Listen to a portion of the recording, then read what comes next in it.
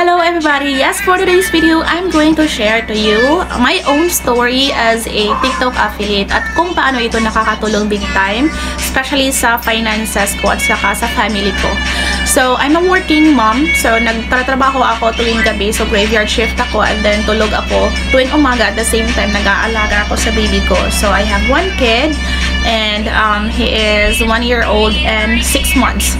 And guys, I just would like to share to you as well na katulad din ako sa inyo na muntik na talaga akong sumuko, or how many times I really did plan to really give up na. Gusto ko nang itigil to kasi minsan talaga nasasaktan ako tuwing may mga rejection, may mga failure moment ako. Like let's just say nagpo-post ako ng video ngayon pero walang views, or nagla-live ako pero walang mga viewers at saka walang benta. Kasi busy ako sa work at busy din ako sa pag-aalaga ng baby ko. So minsan wala na talaga akong time para mag-create ng content or mga videos, promotional videos everyday. So ayun, aside sa wala akong time, and then yeah, nalulungkot ako kasi may mga videos ako na pinopost na pero wala pa rin mga benta or wala pa rin mga sales. So minsan lang, merong 2-3. Pero yes, masaya na din ako sa ganun. So guys, the reason why I wanted to share my story because buti na lang hindi ako sumuko. Yun yung punto ko dito. Kasi there were times na nagkasakit yung baby ko, and then before, when I was not a TikTok affiliate, hinihintay ko talaga yung sahod ko before ako makapag-check up sa baby ko. So, ang sakit nun sa mother, especially sa mga nakarelate dyan. So, kung pwede lang, magpapacheck up kayo agad-agad kung kailangan na. Kasi para maagapan at saka para makabili na tayo ng medicine para ma-okay na yung baby natin. Pero sa akin kasi wala akong budget agad-agad, kaya hindi ako makapag-check up. So yun, napakasakit talaga yun.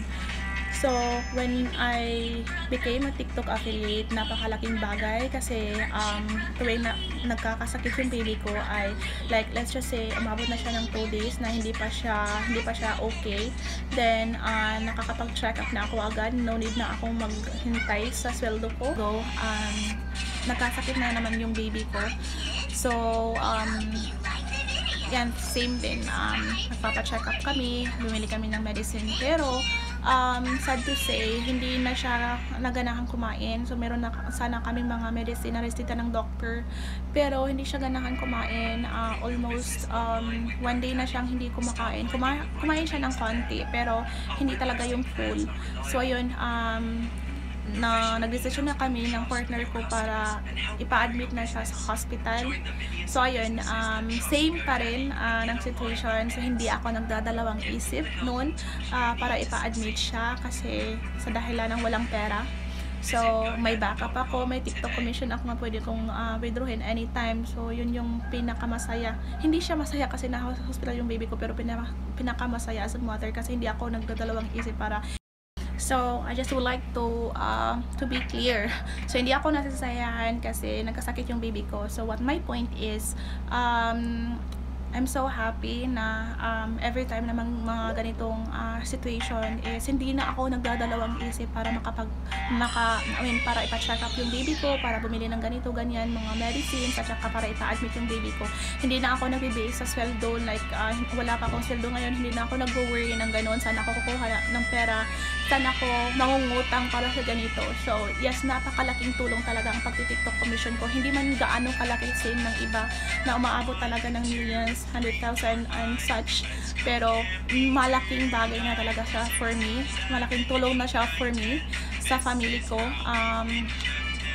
itong pagti-TikTok affiliate ko. Kaya this past few days naganahan na naman ako, nag-post ako ng videos, multiple videos in a day. So yun lang.